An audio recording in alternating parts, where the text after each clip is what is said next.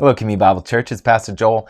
I'm here with another video on how to become a mature disciple of Christ, a special online series through the qualifications in 1 Timothy 3 that we have been applying not just to pastors and elders, but to all of us that are seeking to become more mature. This is what a life looks like that is hopefully mature and following after Jesus in every single way. And so today we get to the qualification found in verse 6, which says, "He must not be a recent convert, or he may become puffed up and filled with conceit and fall into the condemnation of the devil."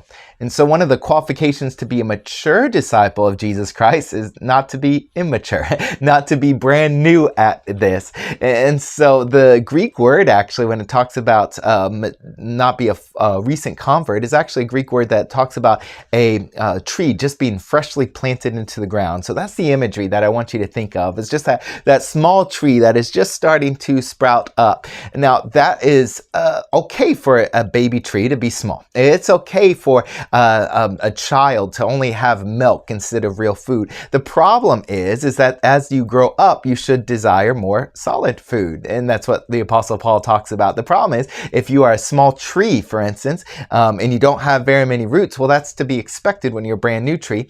But hopefully as you grow, then the roots as well should also grow. And so the call for this now is saying, hey, don't put as somebody that is immature into a position of leadership. Otherwise, that will create all sorts of problems. So it's not necessarily talking just about age, but it says nothing about age, actually. But it says instead, don't put somebody that is just brand new in their faith or immature in their faith into a position of leadership. And so I think that would count for sure as a pastor. You wouldn't want to hire a pastor that's only been a Christian for 1 or 2 years because they might have been growing so much by leaps and bounds. But Christianity is designed in such a way that you just literally have to walk this out for many years. And there's going to be things that you learn only after long decades of following after Jesus Christ. And so whenever you want to aspire to a position of leadership, make sure that the character that you have is matching that. So whether it's a pastor, a Bible study leader, a community group leader, a worship leader up on stage, or whatever position you are striving for, make sure that your character and your development and your walk with the Lord is such that you are mature enough to handle that wonderful responsibility to lead others towards Jesus. And here's the reason why. It says, once again, if we put a recent convert in a position of leadership, it says that he may become puffed up with conceit and fall into the condemnation of the devil. So that puffed up with conceit is actually this imagery of filling something with smoke, filling it with hot air. And really somebody that's puffed up and filled with pride, that's kind of all that they are filled with. Now, the tricky part about this situation is it's really hard to see pride in your own life. And you might feel like, no, I'm okay with it. I know, I would know if I'm being prideful, and I'm not a prideful, but the very fact that you don't think you're prideful might just actually be pride that's telling you that you're not prideful. And so it's a very difficult thing to see in ourselves. It's easy to see it in other people. We can point it out from a mile away if somebody else is being prideful, but for ourselves, we blind ourselves.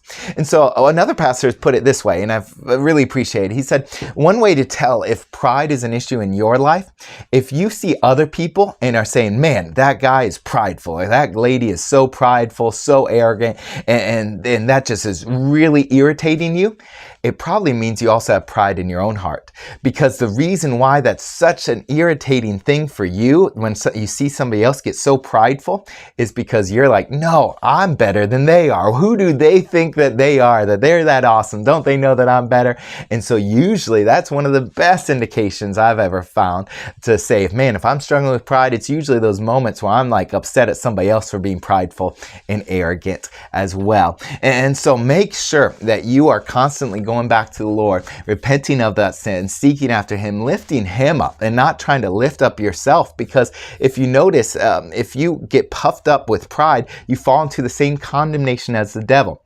And this goes all the way back to the very first sin. And no, I'm not talking even about Adam and Eve when they bit into the fruit.